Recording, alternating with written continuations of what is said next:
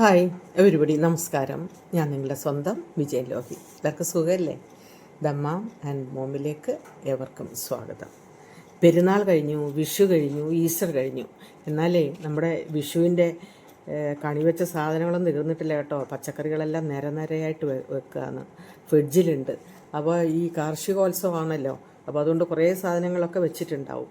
അപ്പോൾ അതിനിടയിൽ ഞാൻ പുളിയമ്മാങ്ങ കണ്ടു. ഈ നാട്ടുമാങ്ങ എന്നും ചപ്പിക്കുടി എന്നൊക്കെ പറയില്ലേ.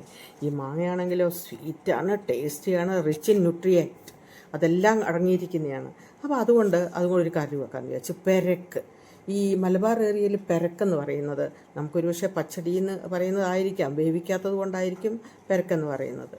അപ്പം അതിന് കുറച്ച് കല്ലുപ്പ്, ഞാൻ കല്ലുപ്പാണ് കറികൾക്കൊക്കെ ഉപയോഗിക്കുന്നത്. നല്ലപോലെ അതിൻ്റെ സത്തെല്ലാം വരുന്ന പോലെ ഒന്ന് ഇവിടെ ഇങ്ങനെ വെച്ചു. ആ തോലിലും കുറേ ഉണ്ട്. അപ്പോൾ അതിനകത്തും കുറച്ച് വെള്ളം ഒഴിച്ചിട്ട്, ഈ വെള്ളം പ്രത്യേകം ശ്രദ്ധിക്കണം, പെരക്ക് ചൂടാക്കുന്നതല്ല.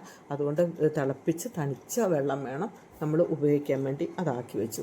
ഇനി എന്തൊക്കെയാണ് അരയ്ക്കാൻ വേണ്ടിയുള്ളത് നമുക്ക് നോക്കാം. അതിനകത്ത് ഞാൻ 4 മുളകെടുത്തു. 4 മാങ്ങയാണ് എടുത്തിട്ടുള്ളത്. അപ്പോൾ അതൊന്ന് ചുട്ടെടുക്കാം. ശരിക്കും കനലിലാണ് ചുടുന്നത്. ഇവിടെ ഇപ്പോൾ അടുപ്പൊന്നും ഇല്ലാത്തതുകൊണ്ട് ഗ്യാസ് സ്റ്റൗവിൽ ചുട്ടെടുത്ത് വെച്ചു. പിന്നെ ഒരു മീഡിയം തേങ്ങയുടെ പകുതി എടുത്തിട്ട് ആ തേങ്ങയുടെ കൂടെ തന്നെ നമ്മൾ നേരത്തെ ചുട്ട് വെച്ചേക്കുന്ന ആ മുളകും കൂടെ ചേർത്തിട്ട് നന്നായിട്ട് അരയ്ക്കണം. നന്നായിട്ട് അരച്ചെങ്കിലേ കറികൾക്കൊക്കെ ടേസ്റ്റ് വരും അല്ലേ.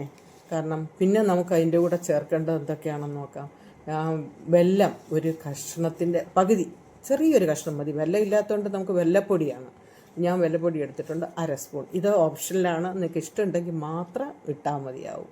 അതിട്ടിട്ട് വീണ്ടും ഒന്നുകൂടെ അരച്ചിട്ട് 1 സ്പൂൺ കടുക് നല്ലപോലെ അരയതൊന്ന് ക്രഷ് ചെയ്യാനേ പാടുള്ളൂ. അപ്പോൾ ആ ഒരു സ്മെല്ല് ഇപ്പോൾ ഇതിങ്ങനെ അരച്ച് കഴിയുമ്പോൾ തന്നെ ആ പെരക്കിൻ്റെ അല്ലെങ്കിൽ പച്ചടിയുടെ ഒരു സ്മെല്ലാണ്, ചുട്ട മുളകിൻ്റെ കൂടെ ഒരു സ്മെല്ലാണ് വരുന്നത്. അപ്പോൾ അതും കൂടെ ഒന്ന് ക്രഷ് ചെയ്തിട്ട് നമുക്കിതെല്ലാം കൂടെ നേരത്തെ ഉപ്പ് ചേർത്ത് വെച്ചിരിക്കുന്ന മാങ്ങയിലേക്ക് ഒഴിക്കാം. അപ്പോൾ ഒഴിച്ചിട്ട് ഇനി അടുത്ത പരിപാടി എന്താണെന്ന്, നമുക്കത് കടുക് വറക്കുക എന്നുള്ളതാണ്. ഈ കടുക് വറക്കുന്നത് എന്താണ്, ഒരു ഫിനിഷിങ് ടച്ചാണ്. കടുകിന് രുചി മാത്രമല്ല, അത് വളരെ ആരോഗ്യപരമായിട്ടുള്ള കാര്യങ്ങളാണ് ചെയ്യേണ്ടത്. ഇപ്പം നമ്മൾ കടുക് വറക്കുന്നതിന് മുമ്പ് എന്താ ചെയ്യേണ്ടതെന്ന് വെച്ച് കഴിഞ്ഞാൽ, കുറച്ച് മുളക്, കറിവേപ്പില ഉണ്ടെങ്കിൽ ഒരു ചെറിയ ഉള്ളിയും കൂടെ റൗണ്ടായിട്ട് അരിഞ്ഞ് വെച്ചാൽ മതി. പക്ഷേ ഞാൻ ചെറിയ ഉള്ളി ഇതിനകത്ത് എടുത്തിട്ടില്ല, അത് എല്ലാവർക്കും ഇഷ്ടപ്പെട്ടില്ല എന്ന് വിചാരിച്ചിട്ടാണ്. പക്ഷേ എനിക്കിഷ്ടമാണ് ചെറിയ ഉള്ളി അതും കൂടെ ഈ കടുക് വറക്കുന്നതിനകത്ത് ഇടണം. അപ്പോൾ എണ്ണ നല്ലപോലെ ചൂടായതിന് ശേഷമേ നമുക്ക് കടുകിടാൻ പാടുള്ളൂ അല്ലേ. അപ്പോൾ കടുകിൻ്റെ രുചിയെക്കുറിച്ച് നേരത്തെ പറഞ്ഞു. എന്നല്ല, പ്രിസർവേറ്റീവാണ് കടുക്. ഉപ്പിലിടുമ്പോൾ നമ്മൾ കടുകൊക്കെ അല്ലേ ഇട്ടിട്ടല്ലേ വെക്കുന്നത്, അത് ക്രിസ്പി ആവാൻ വേണ്ടിയാണ്. പിന്നെ അതുപോലെ എസൻഷ്യൽ ഓയിൽ, ഇത് എണ്ണയുമായിട്ട് ഇങ്ങനെ ഉയർന്നു വരുമ്പം ഒരു എസൻഷ്യൽ ഓയിൽ നമുക്ക് ശരീരത്തിന് ആരോഗ്യപ്രദമാണ്. ഇത് ഡൈജഷനെ ശരിയാക്കുകയും ചെയ്യുന്നുണ്ട്. പിന്നെ ബാക്ടീരിയ, ഫംഗസ് അതിനെയൊക്കെ തടയുകയും ചെയ്യുന്നുണ്ട്. ഈ കടുകിൻ്റെ ഉപയോഗങ്ങളാണ് പറഞ്ഞിട്ടുള്ളത്.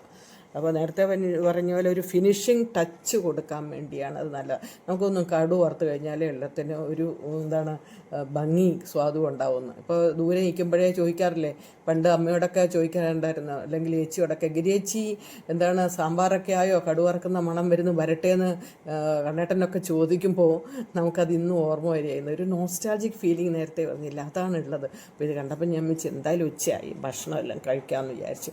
തീർച്ചയായിട്ടും നിങ്ങളിതൊന്ന് ട്രൈ ചെയ്ത് നോക്കണം. കുഞ്ഞു മക്കളൊക്കെ ഉണ്ടെങ്കിൽ അവർക്കിത് ചെയ്യാൻ പറയാം. കാരണം എൻ്റെ കുറേ സ്റ്റുഡൻസ് പറഞ്ഞു, നമുക്ക് ബിരിയാണിയും ചിക്കനും മട്ടനും മാത്രമല്ലല്ലോ, നാടൻ കറികളും വെച്ച് പഠിക്കണ്ടേ.